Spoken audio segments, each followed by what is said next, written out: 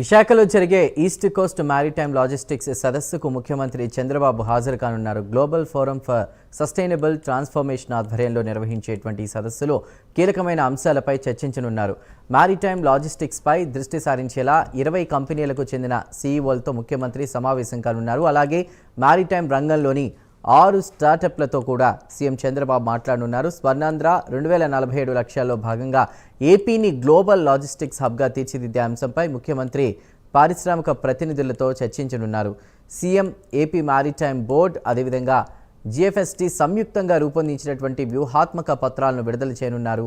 ఈ సమావేశానికి జిఎఫ్ఎస్టీ ఉపాధ్యక్షుడు ఎస్పీ టక్కర్, ఏపీ మ్యారిటైమ్ బోర్డు అధికారులు, లాజిస్టిక్స్ రంగానికి చెందిన వివిధ కంపెనీల ప్రతినిధులు హాజరు కానున్నారు.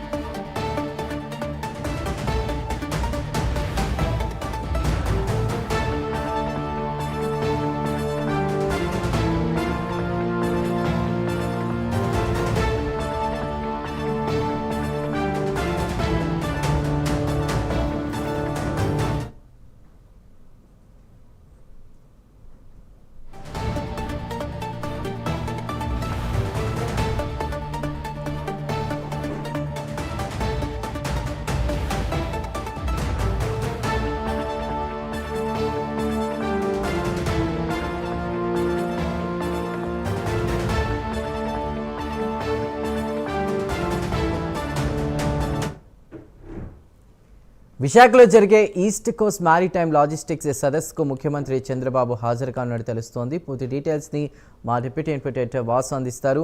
Vasu, global forum for sustainable transformation ఆధ్వర్యంలో నిర్వహించే సదస్సులో కీలకమైన అంశాలపై చర్చల నేపథ్యంలో మధ్యాహ్నం సీఎం చంద్రబాబు విశాఖకు చేరుకున్నట్టు తెలుస్తోంది.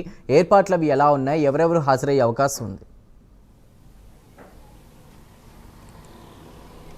చందు ఇప్పటికే ఒక ప్రైవేట్ హోటల్లో నవేటల్లో ఏర్పాట్లను కూడా పూర్తి చేశారు. పూర్తి ఇన్ కెమెరాలో జరగబోతుంది. ఇది మొత్తం కూడా ఈస్ట్ కోస్ట్ మ్యారిటైమ్ మొత్తం ఈ సెమినార్ అంతా కూడా వివిధ దేశాల నుంచి ప్రతినిధులు, సీఈఓలు, స్టార్టప్ కంపెనీలు అందరూ కూడా రానున్నారు.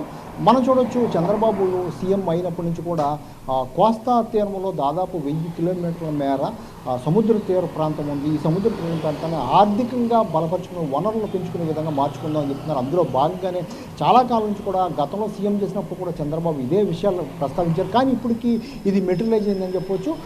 ఇవాళ చంద్రబాబు నాయుడు అయితే 2:30 టైంకి నవేటల దగ్గర చేరుకుంటారు. అది కూడా హెలికాప్టర్, ప్రత్యేకమైన హెలికాప్టర్లో బీచ్లో కోస్టల్ బ్యాటరీ దగ్గర సపరేట్గా ఆపరేట్ చేసినట్టు హెలిప్యాడ్ దగ్గర దిగి అక్కడ నుంచి పక్కన ఉన్న నవేటలు చేరుకుంటారు. సాయంత్రం 4:30 వరకు కూడా మొత్తం ఈ ప్రతినిధులతోనూ సీఈఓలతోనూ కూడా దీనిపై చర్చించిన అనంతరం కూడా ఆయన తిరిగి అమరావతి వెళ్ళే అవకాశం ఉంది.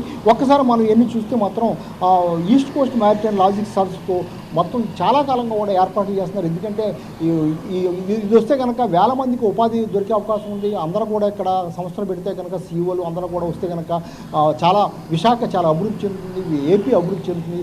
ఏపీని మొత్తం ప్రపంచ దేశాల్లో కోస్తా తీర ప్రాంతం అధికంగా ఉంది కాబట్టి దీన్ని ఈ హబ్గా చేయాలని కూడా చాలా కాలంగా కూడా ఆయన చూసే పరిస్థితి కనిపిస్తుంది. అందులో ఉందిగా గ్లోబల్ ఫోరం సస్టైనబుల్ ట్రాన్స్ఫర్మేషన్ ఆధ్వర్యంలో ఈ సదస్సు నిర్వహిస్తున్నారు.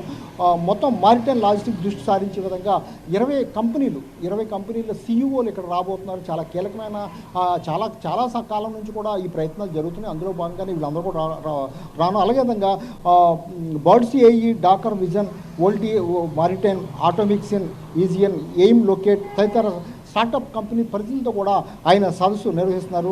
స్వర్ణాంధ్ర 2047 లక్ష్యంగానే ఏపీని గ్లోబల్ లాజిస్టిక్ హబ్గా చేయాలని ఎప్పటి నుంచో చెప్తున్నారు. మొత్తం కూడా ఏపీని గ్లోబల్ లాజిస్టిక్ హబ్గా చేయాలని కూడా చెప్తున్నారు. అందులో భాగంగానే రాష్ట్ర వ్యాప్తంగా కూడా చాలా ప్రాంతాల్లో కూడా పోర్టుల అభివృద్ధికి కూడా చర్యలు తీసుకున్నారు. దాదాపు 7 వరకు కూడా కొత్త పోర్టులు వచ్చే అవకాశం ఉంది.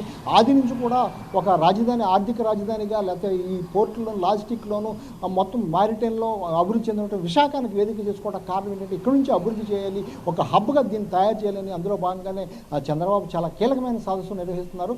ఇది కనుక సక్సెస్ అయ్యి అందరూ కూడా ఒప్పందాలు చేసుకుంటే మాత్రం వేల మందికి ఉపాధి దొరికే అవకాశం ఉంది. ఇక్కడ మొత్తం కూడా లాజిస్టిక్స్ అవకాశం ఉంది, మ్యారిటైన్కి అవకాశం ఉంది, సముద్ర అభివృద్ధి, సముద్ర ఓడరేవుల అభివృద్ధికి కూడా అవకాశం ఉంది. అందులో భాగంగానే చంద్రబాబు నాయుడు అయితే మధ్యాహ్నం 2:30కి అయితే విశాఖ చేరుకుంటారు. విశాఖ చేరుకుని వీళ్ళందరితో కూడా చర్చిస్తారు. దాదాపు వివిధ దేశాల నుంచి అయితే, వివిధ ప్రాంతాల నుంచి అయితేనే ప్రతినిధులు, సిఇఓలు, స్టార్టప్ కంపెనీలు అందరూ కూడా హాజరవుతున్నారు. Chandu. Right Vasu, thank you for the updates.